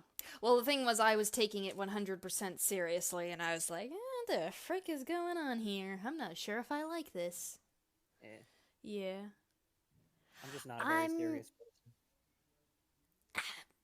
And that brings us to our final point for things we liked, and this was my point, and that was it was graphic without being gratuitous. And this kind of goes back to the earlier point we were talking about of like how if you make something too edgy or too much of any one thing, it becomes boring or stupid or childish. That is honestly the constant from what I've read from the other Constantine comics, the most common problem I found was that people were trying way too hard to make the Constantine comics edgy and dark and adult, and the end result was that they just kind of made themselves look silly because they were just it was just way, way too much. And this comic avoids that. Now, that being said, there's still a lot of graphic imagery. There's still a lot of graphic talk. They very bluntly talk about things like sexual assault or trauma and death and stuff like that. However, a lot of this is kind of just conversations between characters. You're not actually seeing stuff. You're not actually seeing people die half the time. Half the time you are. Half the time you are seeing this horrible, horrific imagery of just a gross corpse or whatever you want to, or some other monster. So I will say now, if you are squeamish about that kind of thing, probably give this comic a pass. Probably should have said that earlier, but Yeah, whatever. I feel like if they've gone far enough into this podcast, then they're already all right with it. Yeah, I guess this is one of those things that should have probably been obvious. If I remember, I will put like some kind of warning of like, oh, this podcast contains like, discussion of blah blah blah. So, but what was I saying? But yeah, I do like this comic does get really graphic, but it never felt like it went overboard to the point of it just being stupid and silly. Anything to add? Yeah, I liked I like the graphic stuff. I wish that it didn't have the filler issues. I think we're gonna get more into that when we get into the things we didn't. The graphic I'm not stuff sure. to me, Yeah, I'm not sure which issues you're talking about when you say filler, or do you just mean the issues between Witch Walking and Rake? the issues between those two, yeah, that's what I Oh, okay. consider like the filler, where it's like I assumed that he was trying to come up with another story, but he needed something in between there because it just felt like it went nowhere. Yeah. Yeah, there are only two of those: Confessions of an Irish Rebel and The Crowd Goes Wild. Yeah, But felt like there was yeah. three because there was also the one where he was talking to the Irish family that was when they were like in the one house, or were they Scottish? No, they were in Ireland. Yeah, because like it felt like okay at first because like that first issue was like, all right, I just had my mind blown with the Witchwalker story. It needs like one issue to calm everything down, settle you, and then it Mm-hmm. gets into like the rakes of hell, and then it starts getting crazy again. The problem is Yeah. that it's like 3 issues of that calm where he's just talking to people, and Yeah. I it was just, I'll be honest here, it was boring. It felt like it went nowhere. I checked out for most of it. I feel there was like one part where like a dude gets his dick shot off that I was kind of interested in, and then they just don't talk about it afterwards, or they might have talked about it, but it's just hard to pay attention to that. The whole time I was reading it, I just kept screaming at the book, kill something, murder somebody, make me feel Yeah. something, please. Yeah. I can understand your frustration, sort of like in the false advertisement, but I will defend this in saying that a lot of the times, I think when you're writing when you're writing stuff like this, where it's all serialized and where once you publish it, you don't have a chance to go back and fix it, I will defend it and say, like, especially after reading Sandman, authors do need these sort of just filler nothing issues that they can write in like a day or two. That way they actually have the time and energy to write more complex stories. So, I mean, it's frustrating that's fine. Yeah, it's frustrating for us, and yes, but I think... Yeah, I think that's kind of the sacrifice that we just have, the sacrifice we have to make. Okay, we get 3 issues of nothing filler, or whatever you want to call it. I actually enjoyed the filler for what it was, but I can understand why you would be disappointed by it. We get 3 issues of filler, so that because the author spent a week writing all 3 of them, so that he could write 3 months planning out this more complex, enriching story. And it's like, that's kind of the trade-off you make with stories that are published as they're written. And you know what, if that's the trade-off, I'll take it. I wanted Constantine. You want what? And I wanted Constantine to stab somebody, and then when he stabs him, he says, like, "Knife to meet you." No, that's... Jump into the lake. I don't know. No, that's too Harley Quinn. No, that's too Harley Quinn for me. Well, to be fair, Harley Quinn is sort of like my energy. I'm going as her for Halloween. But no, in all seriousness, like, the thing about, like, having stories like that, one of my favorite movies of all time, this is kind of a little off topic, one of my favorite movies of all time is called Inglourious Basterds. It was directed by Quentin Tarantino. It's a movie about World War II. It's got a lot of blood in it, a lot of crazy stuff happening. But for most of the movie, it's just people talking. Yeah. Because the whole point is to build up to where they stand and everything. Or it'll be people talking. It might even be people just talking about something that's completely off topic. But if the writing's good, if the writing's there, if I'm interested in the conversation that's happening, I can, like, understand where it is. And then when it takes off, then it's even more exciting to a degree. My problem was that the writing for these filler issues wasn't interesting enough to keep me invested. The whole time I was just, like, bored out of my mind. And I feel like the writing didn't help, how he was sort of writing it a bit more phonetically to, like, match the accents of who was talking. Because that just kind of, like, made me confused. And I mean, that's just a thing. Yeah, no, writing phonetically is kind of considered a writing faux pas. Usually you're just supposed to sort of mention in the narrative that they have a certain accent and leave it at that. You really only write phonetically when you want to, like, make fun of the way somebody speaks, I think. Yeah. Which is probably not the best way to go. What was I saying? You kind of cut out there a little bit, but I think I got what you were saying. Essentially, you were saying that when it's... You like it when nothing is happening if it's building to something, which is suspense. And that's the thing, is that this wasn't really building to anything, or it wasn't suspenseful. It was just kind of drifting from scene to scene. And if I'm flipping back through this, I liked when he was visiting Kit and the other Irish guy whose name I can't remember. But, like, sort of, the 2 issues after that, sort of in between, they kind of felt a little... They felt poorly thought out, I guess, is the best way to put it. Yeah, it just kind of... It did feel, for the most part, just like filler, like it wasn't going anywhere. I enjoyed it while I was reading it, but I don't think it's something that I'll ever reread, unless I have to do it for, like, some kind of research or other project. So specifically, what was it? Looking for the name. And the crowd goes wild, which was, if I remember, it's just about him facing off this one ghost and then everybody thinking he's dead. Yeah. I will say, the one thing I don't like about older Constantine comics is how Chaz is just so angry and kind of dickish all the time.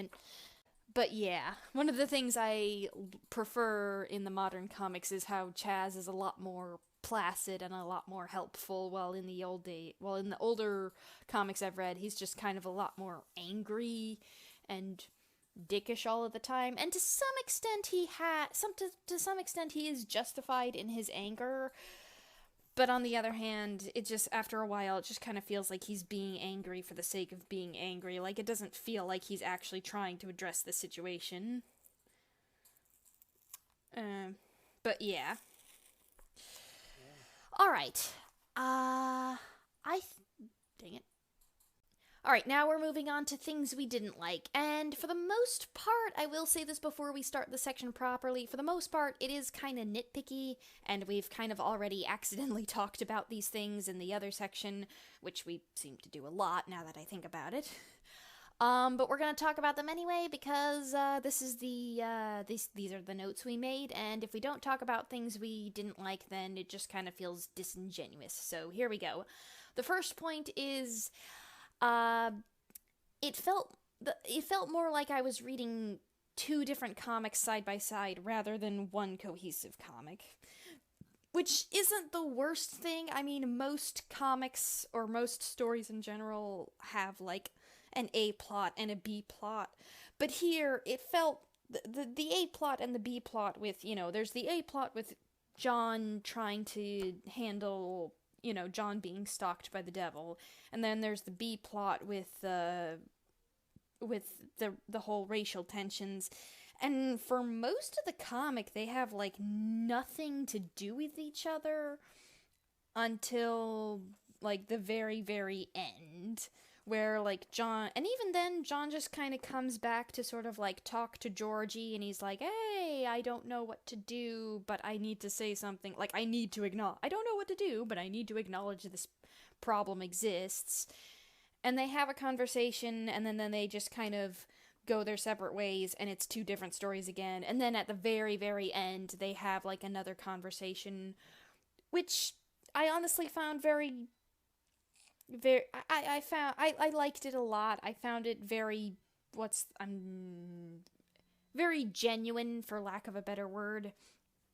And that's kind of where they sort of acknowledge, is like, neither of us really know how to fix this problem, because it's because it's out of our understanding and to some extent out of our control, but hey, we're both still gonna try and be good people, which, I don't know. I know some people would probably find that to be, like, an oversimplification of everything, but I found it, like, to some extent, you have to give your audience a satisfying end. Like, if your story doesn't have an end in some way, shape, or form, then your audience is just going to be disappointed, and they're just going to be pissed off. So, I mean, on one hand, it does feel like the actual physical problem of, like, oh yeah, inequality and injustice, that hasn't really been properly addressed, and as I said, I like that. But at the same time, it does kind of try to give you a little bit of closure, and some people might find that closure, disingenuous and silly, or whatever you want to say. Some people might like it, but I will defend it in the sense of, as somebody, as an author, writing this, if you don't give your audience some kind of closure, they're gonna get pissy, and they're gonna sort of say, well, what was the point of that? And it's like, you might not have been paying attention to really get the point of that, but I do, points being said. I feel like that's kind of all I can say on that point. Do you have anything to add? Not really, honestly. It was interesting, I guess. Yeah. And kind of in the same vein, the next point is the storyline with Georgie doesn't feel like a Constantine story. Honestly, these 2 points are... Okay, I already said that. But, yeah, and... I guess to say again, I liked both of the individual stories by themselves. Like, I liked the story with Georgie, I liked the story with John, but they felt like two separate stories. It felt like I was putting one comic down and picking up another. And even though they were both good, it was a little weird. They were a little... I think maybe if you're going to do a story that was like as heavy as like racial tensions and like, a story that is as heavy as it was going, you should probably just have the entire story be about that.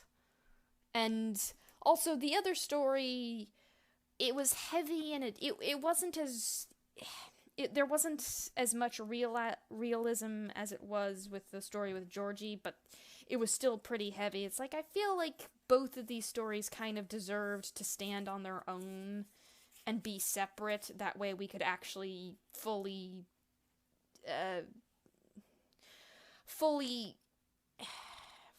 acknowledge them, if that makes any sense.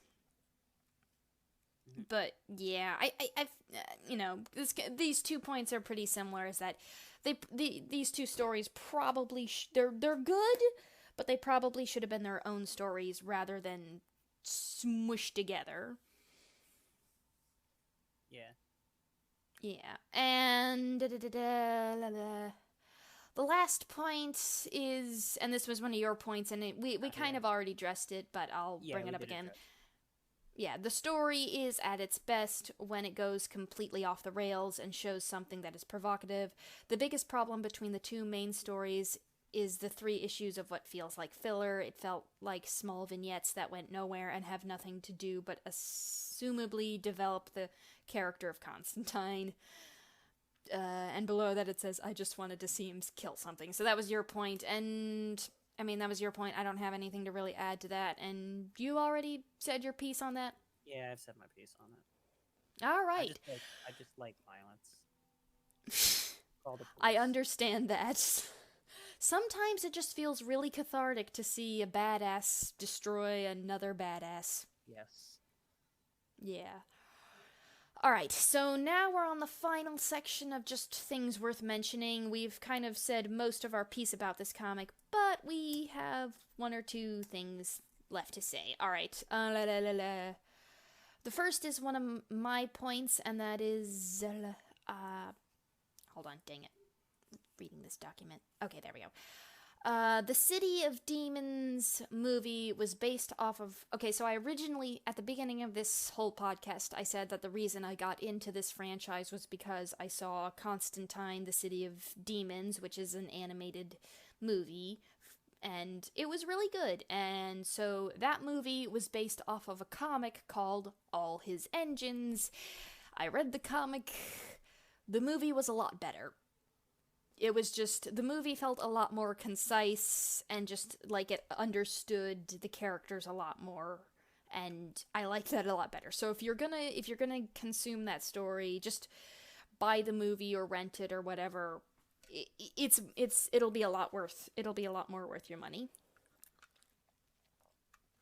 The second point was, I don't know if a lot of people know this, I'm assuming not, but there was actually, very briefly, a Constantine TV show. Now, it only ran for 1 season, and I'm gonna say this now, it did end on a cliffhanger, and they were gonna continue this, but the show got canceled because it wasn't getting enough views, which sucks. Well, I mean, are they continuing it, though? Because wasn't the series on a DC Universe or whatever?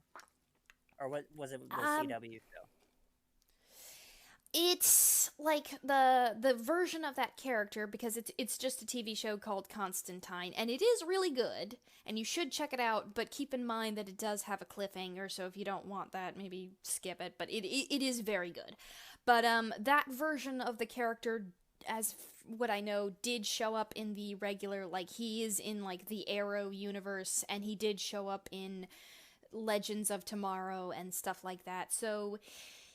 In one sense, the story did kind of continue, like we get to see him later on and what he's doing after all this, but at the same time, that specific storyline, like they were dealing with this like rising darkness and all this demons and stuff getting stronger. As far as I know, that storyline just kind of had to be thrown away and forgotten because the actual TV show wasn't getting enough views, so they canceled it. But I do know that version, like that, even that actor, went on to be on other shows that were supposed to be in the same continuity and universe. I have not watched those shows, so I can't say anything about them. But I will say that, if you just go on YouTube, it's 13 episodes, each one's 45 minutes long, and that's honestly better. And the TV show was honestly much better than most of the comics I read, because that one actually found a nice balance between asshole, dickish Constantine and edgelord Gore versus, actually wholesome Constantine and, actual humans having to deal with these horrifying situations. So watch the TV show if you like it. Alrighty. And the next point is pretty much the same one. It was most of the Constantine comics I read up until this weren't very good because they tried way too hard to be edgy but didn't have anything to support the edginess. We already talked about that. Moving on. Oh, yeah, I added this while you were talking about something else. I'm gonna move it to the bottom, or at least, yeah, I'm gonna move it to the bottom because we're probably gonna get into that a little. We might get into that more than either of us want to. Okay. All right. So the next point is actually your point in that case. The Keanu Reeves. You want to do that? Yes. The Keanu Reeves movie is different than the Constantine in the novel in terms of character, and to a degree in terms of tone. Honestly, I will say this: I like the comic book better than I like the movie. I feel like the comic book Constantine is more interesting and stands out more as a character, because in the movie it just felt like Keanu Reeves playing your typical 2000s Keanu Reeves character, where he's talks in a deep voice and I'm just kind of sarcastic, but I'm mostly gruff and brooding. And I mean, that works for Keanu Reeves. That's a Keanu Reeves staple. I love Keanu Reeves for that. But I feel like comparing the two characters, and this actually makes me want to see the Constantine TV show, because if it is closer to the comic books, then I would like to see that character on screen, because I feel like it's you definitely should. A more interesting character to see. That being said, Keanu Reeves is still the best actor on this planet. Yeah. And that kind of goes back to what I said at the very beginning. I watched the movie. It wasn't particularly bad. I didn't, but a lot of every time I see a Constantine fan mentioning the movie, they usually have utter disgust for it because it wasn't as good as the comics. And I've had the opposite experience, because people that I've been recommended the movie Constantine by people. I'm not sure if these people read the comics or if they're just Keanu Reeves fans.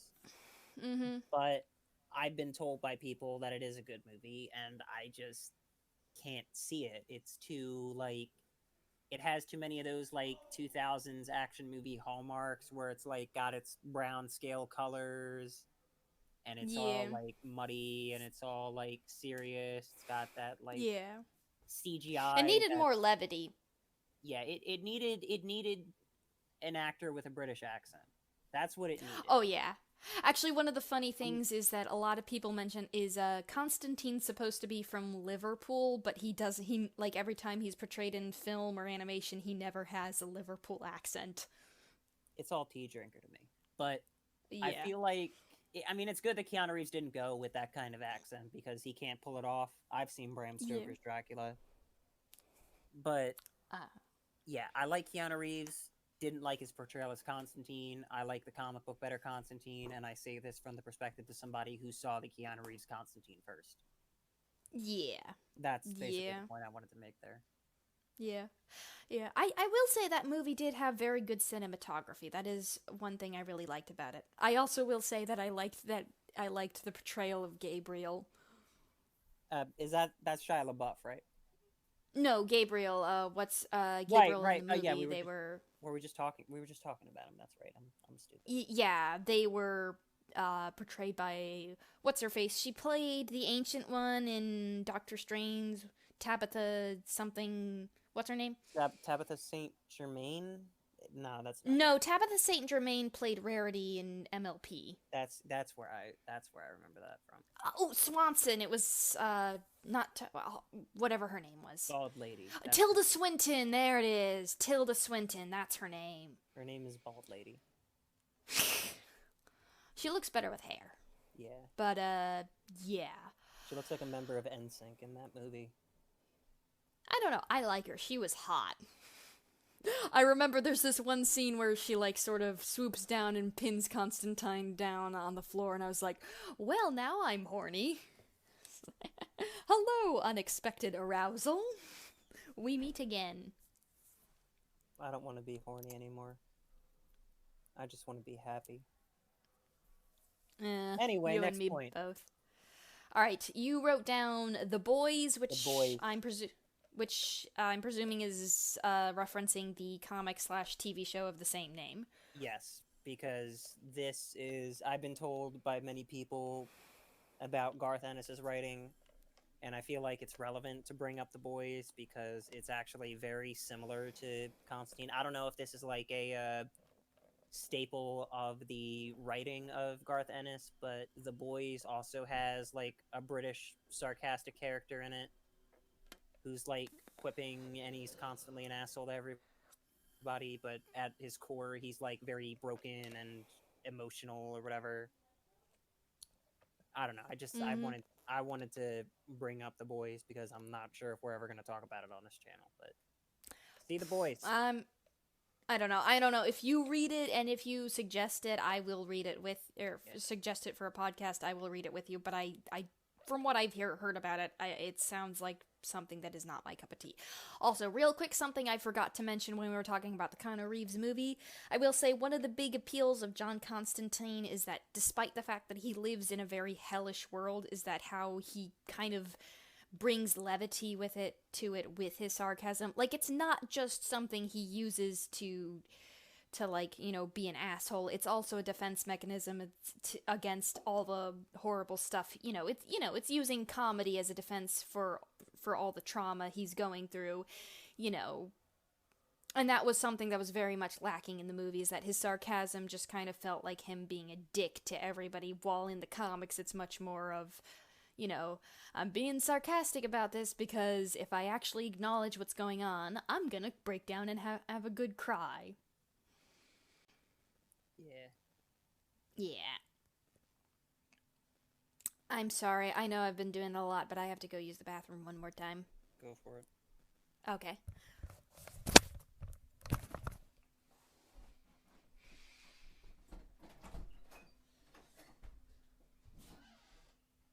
You wanted me back. I'm back.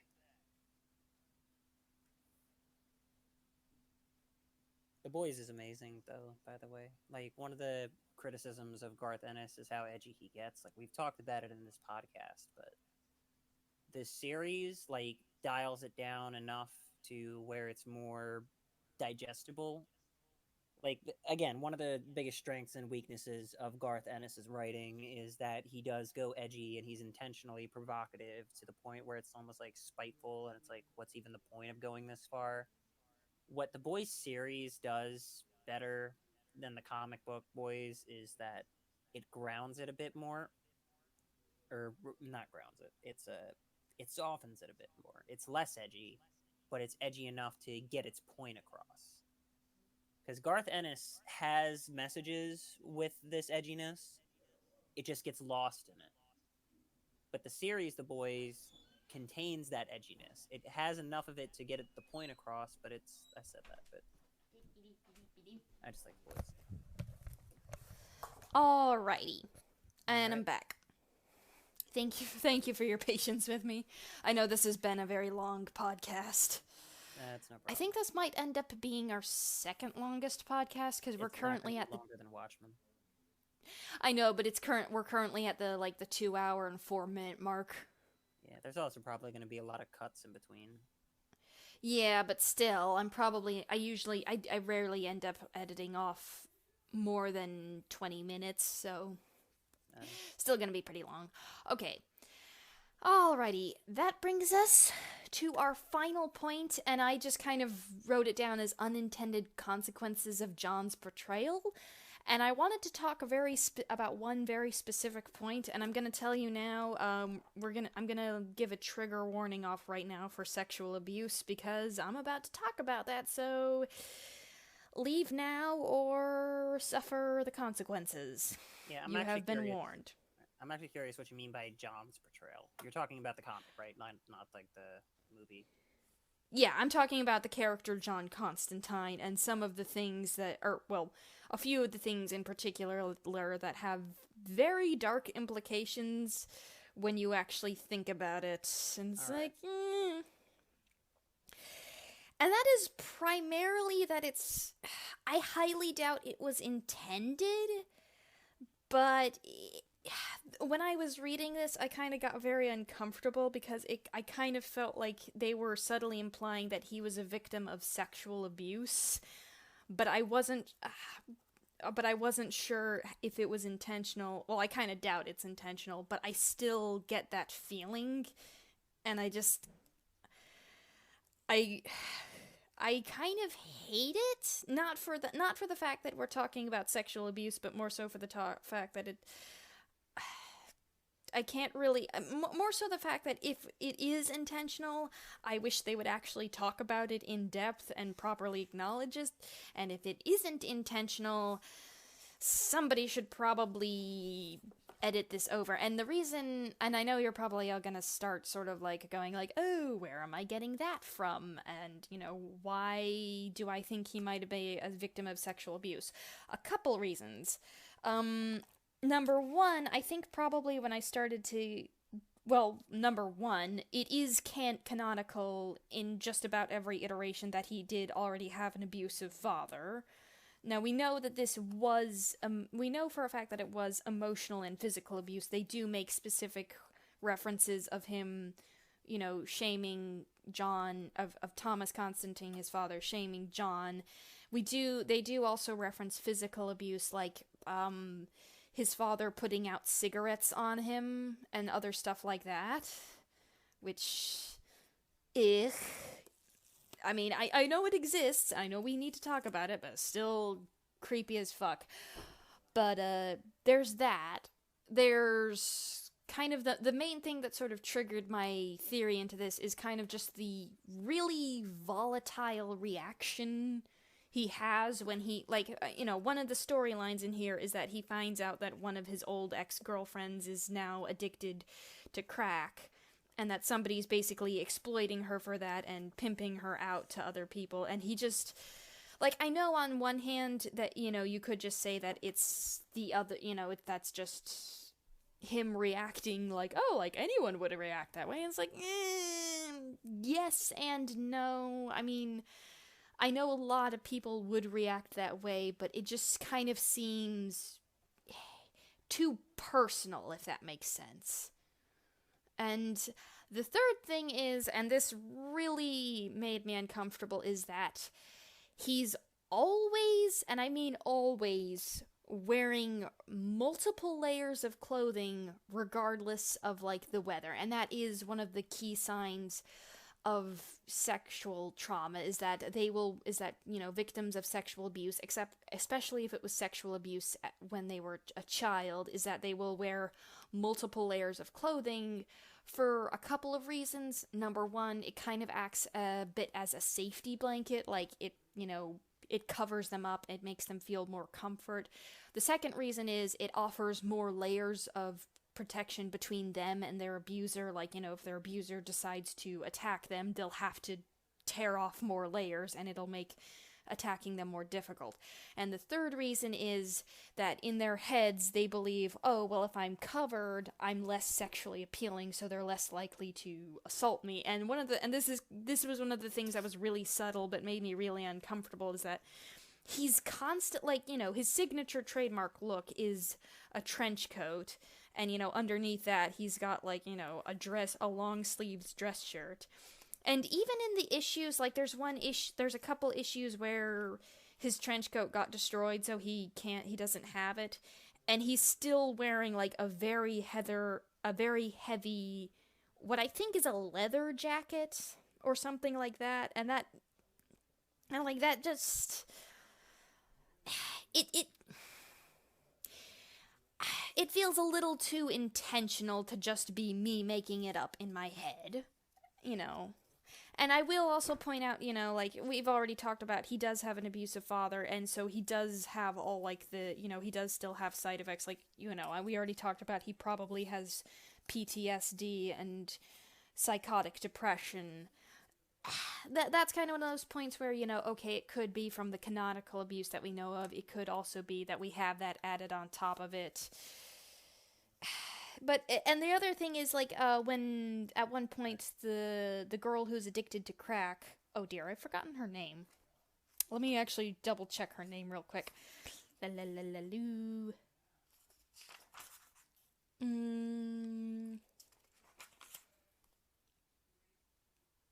Okay, I can't find it, and I'm too lazy to look it up. But, she gets attacked by her old boss, and he does ask, like, oh, like, was she raped? And, I mean, his current girlfriend, who dumps him, like, really shortly after, actually gets mad at him for asking that, which I don't understand why she was mad. Like, she was like, oh, it's not that bad, hold on, sorry, words are failing me. She was basically angry at him because, like, she thought that in his mind it always had to be worse, like, oh, it's, like, she thought he was implying that if she thought that he thought that if she wasn't raped, it wasn't that bad, but it's like, no, I'm gonna stick up for him there and say that was a genuine question, and that was a genuine concern. And, yeah, no. And actually, as it turns out, he was right in that she was sexually assaulted. Yeah. Trigger warning. We've already said that, but trigger warning again. And that's kind of and that goes on, like, the idea of unintended consequences of people portraying him a certain way and it having very uncomfortable and very gross implications without it being intended kind of happens with other things throughout, but this is the easiest example to actually talk about. And I just wanted to bring it up because it's one of those things where it seems obvious to me, but nobody talks about it, and I just kind of want to point it out so that, maybe this is just all in my head, but I need to bring it up just in case it isn't. Alright. I'm going to be honest with you. You're very knowledgeable on the subject. Yeah. I think you're reading into nothing. Mm-hmm. Yeah, I feel like if there was some sort of, like, sexual abuse with John Constantine or whatever, or if there was even any implication of it, Garth Ennis isn't that subtle. This would have been a forefront. This would have been a story, but, like, you're talking about, like, his layering of clothing. Like, that's a staple of just, like, noir and pulp in general. Like, going back to, like, the 20s and 30s with heroes like the Shadow or what's his name, the Green Hornet. Any noir character always wears, like, the trench coat and, like, the tie. I feel like that's more of an aesthetic decision than it is, like, any sort of mental or, like, any sign of abuse. Like, I obviously, like, I think that is, like, a sign of it, and I'm glad that you, like, are knowledgeable on the subject. Yeah. I just feel like there's nothing to really imply that with the character, and I feel like if you're getting that message, it wasn't, like, implied by the author. Yeah, it was. That's kind of why I wrote down unintended consequences, because I don't think any of this was intended. Yeah. But I still feel like it's worth bringing up and worth talking about because, the discussion of the discussion of sexual abuse and how we handle it is an ongoing conversation, and I'm no expert by any means, but I still feel that I, at the very least, am more knowledgeable than the average person, and, it is something that I would rather talk about it and fuck up and make a mistake than not talk about it at all, because at the very least, if I talk about it and fuck up, I can learn from it, and we can move on. Alright. All right. Well, that is our last point. So we're gonna wrap this up. This is a long one here. So we're gonna wrap this up. Final thoughts is we've probably spoiled most of it. But if what we are final thoughts and recommendations, if what we're saying here sounds like something you'd like, you're almost certainly gonna like it. There is a lot of stuff you gotta prepare yourself for. It is not a tame story, but I mean, I hate to say it, but this probably is not the darkest story we've dealt with so far. Your final thoughts? Yeah, my final thoughts are, if you can find the story separately, or if you can find, like, an issue of HellBlazer that's not, like, with any of the filler, I'd say go for it. Mm-hmm. Yeah. And even if you do go for the filler, I mean, this was like, what, $20 for like a 300-page comic? Yeah. Yeah, so it's, even if you do get the filler, it's still well worth your money. It's, you're still getting a lot of story for not a lot of money. Yeah. Yeah. Anyways, so yeah, it's a good comic. Go read it. And, just a friendly reminder, you can just rent your comics at the library. So, if money is a problem, utilize our public library system. Well, that's all we have to say. I am Octavia. This is my co-host, The Weasel, and yep, we hope you find your reading well, and thank you for tuning in. Peace. Okay, so hi, future Octavia jumping in real quick here for a second. So, while I was editing this podcast, I read more HellBlazer, and I actually found out that I was right about the whole sexual assault thing. In Swamp Thing number 76, I have no idea how to pronounce this title, but I'm gonna put it up on screen for you. The Swamp Thing possesses John's body against his will, and then basically kidnaps him and uses his body to have sex with his girlfriend. Which is, yeah, that's rape. Yeah, John Constantine is canonically a rape victim, and the creepy thing is, the comic doesn't really seem to understand that.